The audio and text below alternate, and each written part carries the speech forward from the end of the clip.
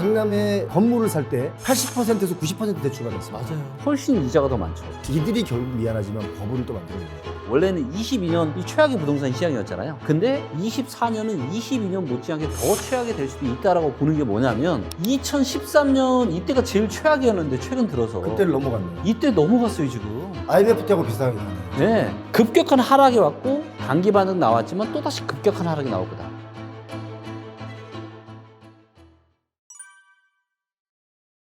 많은 분들이 우리 둘에게 궁금한 질문점이 그거 아니에요? 질문하는 게 24년 집값 어떻게 예상하느냐. 네. 김기현 대표님 어떻게 생각하세요? 24년은 우리가 최근 한 20년 중에서 가장 최악의 한 해가 될 가능성이 높아 보인다. 그 이유는? 2차 하락이 본격적으로 이제 막 시작이 됐고 그게 내년에 이제 또 총선이 있잖아요.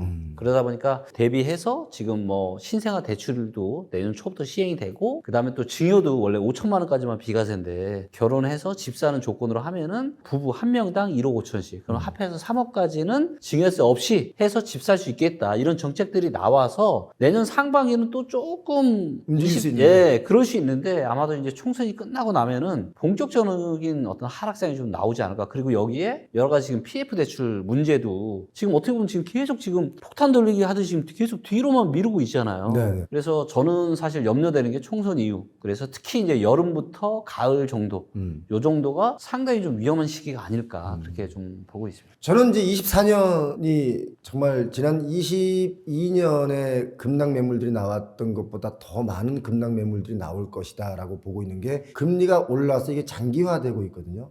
그래서 이걸 매맞는 입장에서 보면 이걸 계속 버틸 수 있는 상황이 아니다. 맞아요. 그게 터질 게 아마 24년이 될 것이고 저는 또 그걸 좀 더 길게 보고 있는데 25년, 26년에까지 뭐 지금 분양 물량이 좀 적어진다라고 해서 다시 집값이 뛴다라는 분위기의 뉘앙스로 뉴스가 많이 나오는데 우리 데이터를 좀 보시면 뭐 잘 아시겠지만 분양물, 그러니까 공급이 적을 때도 집값은 하락했습니다. 맞아요. 공급이 많을 때 집값은 상승했습니다. 그렇죠. 그랬던 시절도 있기 때문에 꼭 공급이 없어서 공급이 부족해서 인허가 물량이 지금 없기 때문에 내년 후년에 계속 집값이 오를 수 있다. 네. 라고 주장하는 것에는 근거로 대기에는 좀 약하다. 그래서 저는 지금 그 PF의 여러 가지 문제가 터지면 그 연쇄적으로 나올 거라고 보는데 아마 이 쓰나미가 몰고 나가면 그렇죠. 그 다음에 다시 부동산 시장이 돌아올 수 있다라고 보는데 그걸 저는 최소한 26년. 그래서 특히 이제 뭐 아파트 대단지의 아파트를 그 뭐 조합원이나 뭐 아니면 수분양자에게 분양받으신 분들이 있을 텐데 네. 그거는 뭐 어쩔 수 없다고 치지만 상업용 주상복합이랄지 그렇죠. 또 어떤 개인 개발사들이 준비하는 그런 것은 24년, 25년은 분양받지 않는 게 좋을 것이다. 왜냐하면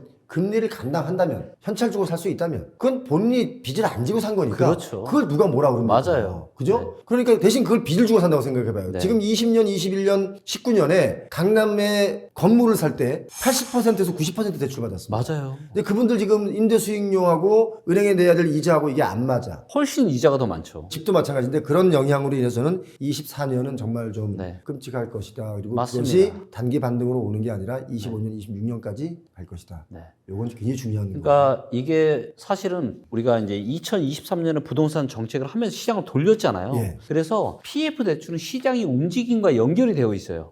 그렇죠? 만약에 부동산 시장이 다시 좋아져요. 그러면 PF 대출에 대한 여러 가지 이런 문제도 해결이 될 수가 있습니다. 왜? 시장이 다시 좋아지니까 아 그래? 여기 다시 대출해서 진행해도 되겠다. 근데 문제는 뭐냐? 2차 하락이 시작이 됐잖아요. 이제 막. 그리고 이 2차 하락이 본격화되는 게 아마 내년 2분기나 3분기 정도 될 거예요.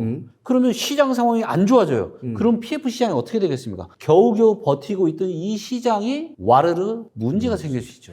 그런데 문제가 생기면 네. 원래 부동산 개발업이라는 것 자체가 굉장히 리스크를 안고 시작한 건데 그 리스크를 감당하지 않게 계속 보호를 해주면 이들이 결국 미안하지만 버블을 또 만들어내거든요. 반대로 이 리스크를 감당해서 좀 뭔가 힘들다면 그 다음에 또 뭔가 돈을 가지고 있는 이 부동산 개발사들이 이 땅을 좀 더 저렴하게 받아서 또 뭔가 개발하면 분양가는 좀 낮아질 거 아닙니까? 네. 공사비나 이런 것들은 올라간다 치지만 땅값이 떨어지면 그렇죠. 좀 이렇게 상쇄가 되거든요. 네. 그런 효과들을 발휘하려면 네. 부동산 PF를 아마 다 살리지는 못할 겁니다. 그럼요. 제가 볼 땐 그렇습니다. 다 맞습니다. 살릴 수 있는 경제 환경이 못 돼요. 네. 자, 그리고 여기에 또 제가 이제 2024년을 최악의 부동산 시장 한 근래 20년 들어서 원래는 22년이 최악의 부동산 시장이었잖아요. 근데 24년은 22년 못지않게 더 최악이 될 수도 있다라고 보는 게 뭐냐면 지금 시중에 제가 경매 얘기 자주 하잖아요, 이제. 근데 11월 달 데이터 보니까요. 경매가 더 많이 늘었어요. 늘었어요. 네. 자, 이거 보세요. 최근에 일단은 한 5년만 볼게요. 자, 경매 물건 늘은 거 보이세요, 지금 서울에? 계속 늘고 있죠. 이게 5년 동안의 그래프죠, 지금? 5년 동안의 그래프입니다. 5년 동안 최고잖아요. 자, 22년을 보시면 22년은 경매 건수가 그렇게 안 많았어요. 예. 근데 지금 어떻게 돼요? 훨씬 더 많이 늘었잖아요, 지금. 그렇죠. 2배 이상 늘어났단 말이에요. 22년보다. 그 얘기는 무슨 얘기예요? 시장상이 훨씬 더 안 좋다. 근데 이게 얼마나 안 좋냐면 2013년 이때가 제일 최악이었는데 최근 들어서 그때를 넘어갔네요. 이때 넘어갔어요, 지금. IMF 때하고 비슷하게 가네요. 지금. 네. 자, 그리고 또 이런 얘기 있어요. 아예 이거는 오피스텔이랑 빌라 다세대만 느는 거 아니냐. 아파트는 아직 괜찮은 거 아니냐. 자, 아파트도 보여드릴게요. 자, 아파트도 어때요? 계속 늘고 올라가죠. 있잖아요. 예. 자, 이거 보세요. 최근만 볼게요. 최근 5년만 볼게요. 자, 최근 5년 동안에 이 느는 거 보이세요? 제일 많이 늘었죠. 네? 지금 10월 달에가 지금 280건이었는데요. 11월 달 340건 몇 건 증가한 거예요? 60건 증가한 겁니다. 60건. 낙찰 지수가 30이 안 됩니다. 그러니까 유찰이 70%가 유찰된다는 거예요. 그것도 서울 아파트가 그렇다는 것은 다른 곳은 좀 더 심해질 수 있다. 그럼요. 여기 지금 낙찰률 딱 보이잖아요. 네. 아파트만 기준으로 낙찰률이 얼마냐? 24%. 100채 중에 24개만 낙찰되는 거예요, 지금. 아무튼 저는 그래서 24년에 이 부동산 시장은 좀 어려울 것이다. 네, 맞습니다. 그런데도 불구하고 간혹 100개 중에 한 개는 또 최고가를 찍을 것이다. 그런 거래도 미친 거래도 나오고 또 급락하는 이런 것들이 보편화될 수 있다라는 네. 이야기를 드립니다. 그렇다고 올라가는 아파트, 올라서 거래된 아파트가 단 한 건도 없는 건 아닙니다. 그렇죠. 분명히 뭐만 또 있습니다.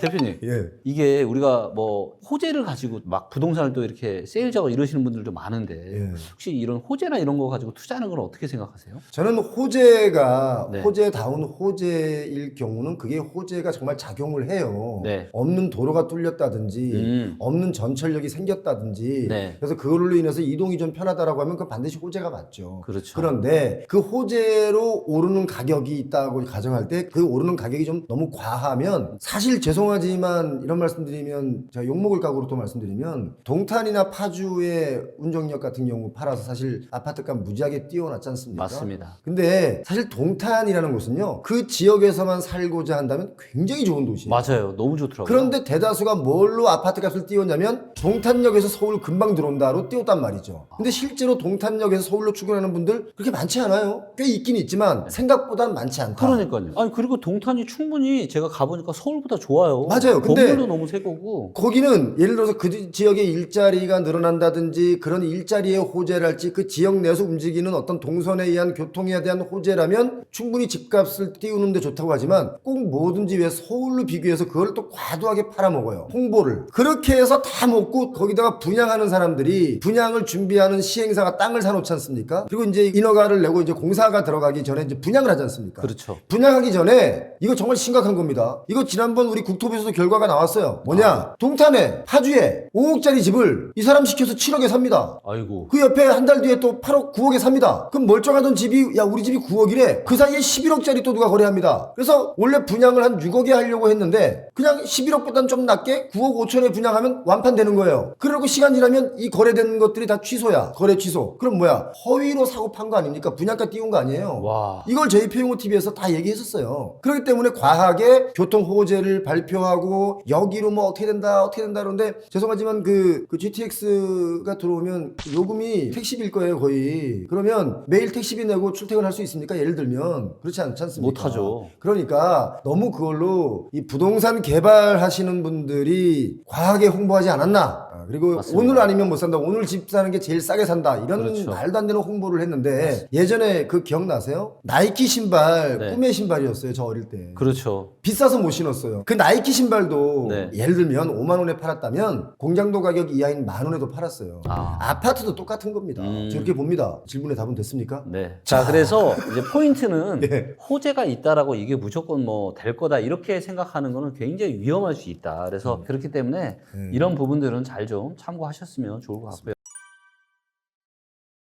그런데요, 제가 오늘 무서운 얘기 하나 해드릴까요? 아, 네. 우리가 지금 논하는 뭐 2019년도 가격이다, 2018년도 가격이다 이런 것을 논하고 있는데 여기서 정말 중요한 건 네. 우리가 만약에 일본처럼 경기가 뭔가 많이 둔화되거나 위축이 되면 몇 년도 가격이냐가 사실 의미가 없습니다. 그래서 그럴 수 있죠. 어쩌면 2008년도 가격이 될 수도 있고 장담할 수 없는 맞아요. 지금 우리 경제 환경 자체가 특히 부동산의 거품이 너무너무 비싸기 때문에 그렇죠. 이게 무너진다면 일본처럼 잃어버린 30년과 유사한 네. 어쩌면 더 심각한 상황을 맞이하면 지금 우리가 한 말도 틀린 말이 됩니다. 맞아요. 그러니까 이제 우리 시청자분들이 명심하셔야 되는 게 뭐냐면 우리가 가격이 올라갈 때도 이렇게까지 비싼 가격으로 올라갈 걸로는 아무도 예상을 못했잖아요. 그러니까 올라갈 때도 한 이 정도면 적정한데 이걸 뚫고 올라간단 말이에요. 근데 내려가는 것도 아니 이 정도면 적정해. 근데 방금 말씀하신 것처럼 이게 또 잘못 경제적 이런 거랑 엮이면 이 적정 가격보다 더 밑으로 내려갈 수 있다는 거죠. 저는 그 말에 동의한다는 게 바로 그겁니다. 집값이 하락할 때 또는 올라갈 때 한없이 올라간다고 이거에 대해서 이익을 보는 세력들이 있어요. 아. 그들이 이렇게 끄집어 올려놨는데 내려간다라고 말하는 우리를 아마 엄청 미워할 수 있습니다. 그런데 어느 선까지는 요 정도면 참 괜찮아, 요 정도까지는 그래도 감당 가능해 라고 했는데 우리가 상상하지 않은 그 어떤 여파로 하락을 뚫고 내려갈 수 있어요. 맞습니다. 그러면 어떤 위험이 있냐면 은행에서 바로 집을 뺏어갑니다. 그렇죠. 그러면 바로 뺏어가죠. 이게 두렵다는 거예요. 저는. 맞습니다. 죄송하지만 집값이 더 내려가야 한다라고 말씀하시는 분들이 많지만 물론 더 내려가야 되지만 이게 급격하게 내려가면 위험합니다. 죄송하지만 우리 김기훈 대표님 집 있죠? 주택담보대출 받으셨죠? 이제 담보대출 받은 거는 바로 얼마 전에 마지막 정리했습니다. 이래서 똑똑한 거야.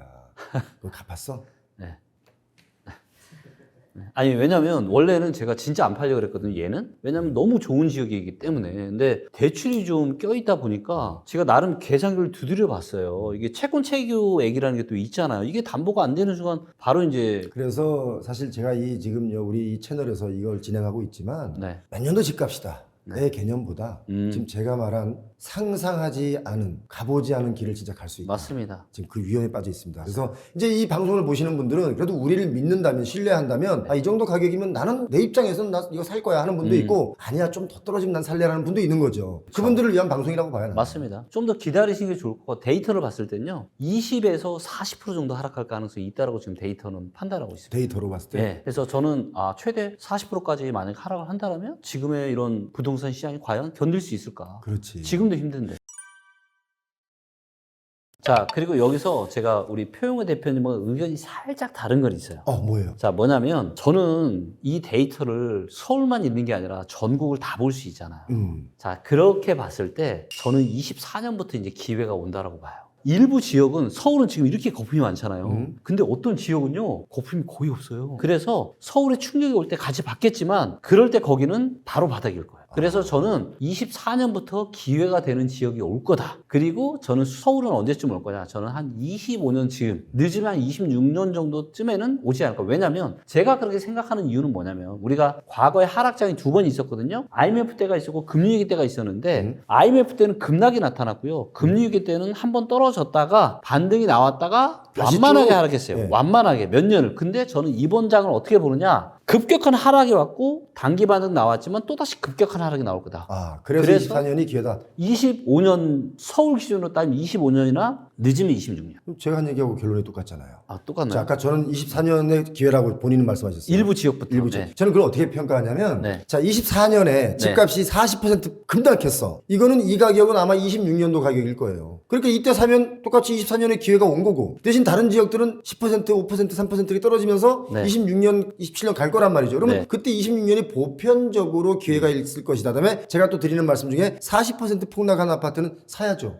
그럼요. 사야죠. 맞습니다. 단 그 역시 대출을 많이 끼고 사면 안 된다는 거죠. 맞습니다. 왜냐면 금리가 계속 이게 장기화될 수 있기 그렇죠. 때문에. 맞아요. 제가 한 얘기가 바로 똑같은 얘기인데 맞습니다. 저는 그래서 24년의 급락 매물들조차도 26년 되면 더 떨어지느냐. 네. 이건 제가 사실 장담할 수는 없지만 급락으로 40% 선까지 내려온 거는 제가 옛날에 송도에 45% 마이너스 나서 거래 나온 게 있어요. 네. 제가 쫓아가서 사라 그랬어요. 왜냐면 45%라는 것은 반토막이거든요. 그렇죠. 그 반토막이라는 얘기는 17년도 가격입니다. 와. 그러니까 사야죠. 17년도 가격이면 사야죠. 네. 네. 그런데 그때 산 사람이 있어요. 아. 그것처럼 그 뭐 몇 년도에 사라가 아니라 그 가격의 증폭에 따라서 그렇죠. 내가 이걸 살 수 있는 시기를 정할 수 있다. 그만큼 네. 또 금융 체력을 길러야 된다. 이 얘기를 제가 드립니다. 네, 맞습니다. 이해하셨죠? 네, 이해했습니다.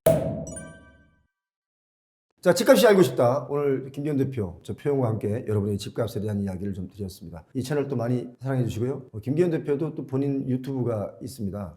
아직 10만이 안 됐는데 막 불만이 많습니다. 네. 열심히 하는데 왜 구독자가 안 느냐. 10만 얼마 안 남았습니다, 이제. 알겠습니다. 네. 저 표영호 TV도 지금 사실 살짝 열심히 하고 있는데 네. 생각보다 그 구독자 느는 숫자가 되게 적어요. 아, 그래요? 1년 반 됐는데 한 지금 40만이 넘었는데 1년 반이요? 사실은 이게 한 80만 갔어야죠. 와. 실제로 그렇게 말씀하시는 분들이 있는데 표영호 TV도 이 채널에 지금 구독자가 많지 않습니까? 그렇죠. 여기 있는 분들 중에 10%가 아, 10%. 너무 좋죠. 양심 있는 분들, 배우신 분들은 그렇죠. 우리한테서 구독 누른다. 복 받으실 거예요, 아마. 그런 분들만 부자 되시기 바랍니다. IT 산업과 반도체를 전체적으로 함께 볼 생각입니다. 왜냐하면 반도체는 IT 산업을 이루는 근간이고 핵심이 되기 때문에 최근 서울에서는 물 들어왔을 때 노져야죠. 대형 평수 아파트 하나, 소형 하나, 한가 하나 바꿔도 돈이 남아. 이것만 아셔도 부동산의 가격 전망을 어느 정도 하실 수 있다.